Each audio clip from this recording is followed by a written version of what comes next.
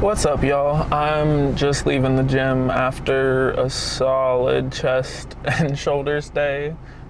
Things like putting the camera up on the dashboard proved more difficult than I expected post-gym, so that's how you know you got a good workout in. But I wanted to give just a quick update on Victoria post the trip. Before we get into that, make sure if you haven't checked out my trip to Chicago video, check it out, and like, comment, subscribe to the channel. Help me out if you like what you've seen, want to see more of me. Also, the fit check for my TikTok just got interrupted by possibly one of the coolest Mini Coopers I've ever seen in person. So I'm gonna throw a couple pictures that I got up because I followed the car through the parking lot to take a couple pictures because I wasn't gonna let it just drive by me and disappear. But Victoria handled the trip like a charm. Not a single hiccup, not a single problem whatsoever. Now, if you remember, before we left for the trip, we picked up the car from the shop after getting 2 new tires, mounted, balanced, and alignment, new drive belt because there's an oil leak in the car, and then also a diagnosis to figure out where the oil leak is coming from.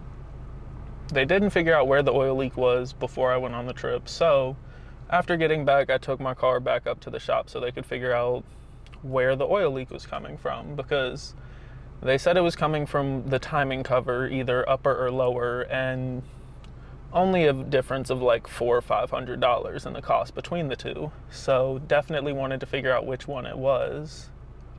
Turns out, good news, it's not the lower timing cover that's like $1,000. It's also not the upper timing cover that's like $650.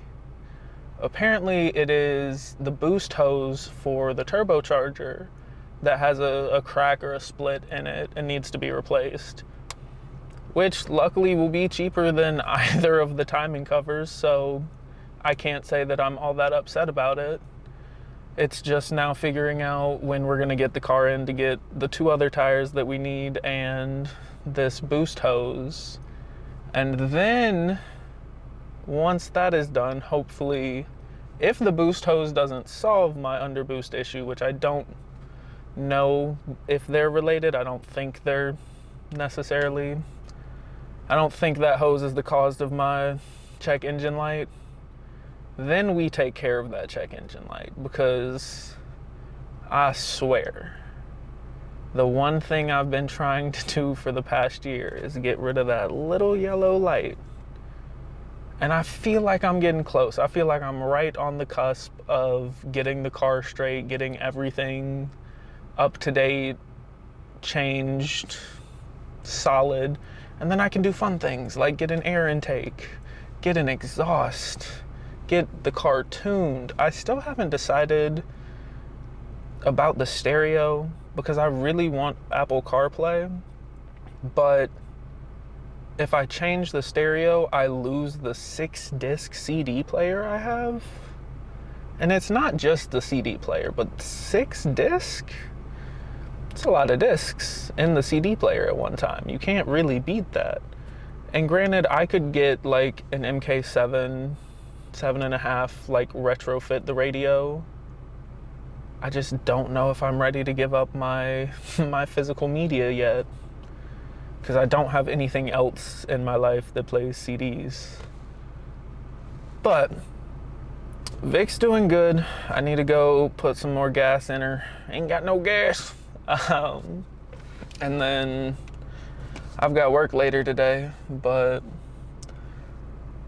that's all that's going on this side. Hopefully in the next month or so, we can get those other 2 tires and that boost hose, because my goal is by the end of the year to have the car squared away and hopefully stop putting hundreds of dollars into the car just in repairs every month.